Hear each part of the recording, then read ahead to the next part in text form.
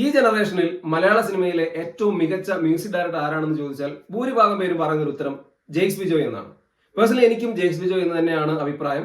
അതിന് ഒരുപാട് കാരണങ്ങളുണ്ട്. കാരണം അദ്ദേഹത്തിന്റെ വർക്കുകൾ എടുത്ത് നോക്കിയാൽ, അദ്ദേഹം അസോസിയേറ്റ് സിനിമകൾ എടുത്ത് നോക്കിയാൽ ഒക്കെ നമുക്കത് മനസ്സിലാവും.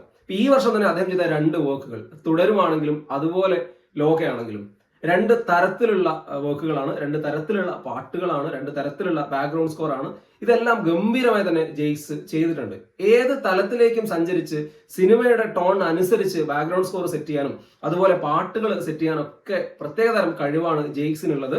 ലോകയിലെ പല പാട്ടുകളും പല തരത്തിലുള്ളതായിരുന്നു. പക്ഷേ അതിനെ ജെയ്ക്സ് കൊണ്ടുവന്ന ഒരു രീതി എൻറ്റയർലി എന്താ പറയുക ഡിഫറെന്റ് ആയിരുന്നു. അപ്പൊ അങ്ങനെ ജെയ്ക്സിന്റെ ഏത് വർക്ക് എടുത്ത് നോക്കിയാൽ നമുക്ക് ഈ വ്യത്യസ്തത കാണാൻ പറ്റും. ജെയ്ക്സ് പലപ്പോഴും കേരളത്തിന് പുറത്തൊക്കെ പോയിട്ട് മ്യൂസിക് ചെയ്തിട്ടുണ്ട്. ഇപ്പൊ ജെയ്ക്സ് കമൽഹാസനൊപ്പം വർക്ക് ചെയ്യാൻ പോകുന്നു എന്നുള്ളതാണ് പുതിയ വാർത്ത. അൻവർ സംവിധാനം ചെയ്യുന്ന കമൽഹാസൻ ചിത്രത്തിൽ മ്യൂസിക് ചെയ്യുന്നത് ജെയ്ക്സ് ബിജോയ് ആണ്. യാതൊരു അത്ഭുതവുമില്ല. കാരണം ജെയ്ക്സിന്റെ കഴിവ് നോക്കുമ്പോൾ നമുക്ക് അറിയാം, അയാൾ സൗത്ത് ഇന്ത്യയിലോ അല്ലെങ്കിൽ ഇന്ത്യയിൽ ഒന്നാകെ ഒക്കെ അറിയപ്പെടുന്ന ഒരു മ്യൂസിക് ഡയറക്ടറായി മാറും. അതിനുള്ള ഒരു യാത്രയുടെ തുടക്കം മാത്രമാണ് ഇത്. മുൻപ് അദ്ദേഹം തെലുങ്കിൽ വർക്ക് ചെയ്തിട്ടുണ്ടായിരുന്നു. ഇപ്പോ തമിഴിലേക്കും അദ്ദേഹം വർക്ക് ചെയ്യാൻ വീണ്ടും എത്തുന്നു ഒരു ബ്രഹ്മാണ്ഡ സിനിമയിലൂടെ. അപ്പൊ കമൽഹാസൻ ചിത്രത്തിലൊക്കെ ജെയ്ക്സ് വർക്ക് ചെയ്യുമ്പോൾ അദ്ദേഹത്തിന്റെ ഒരു റേഞ്ച് കുറെ കൂടെ വിസിബിൾ ആവും.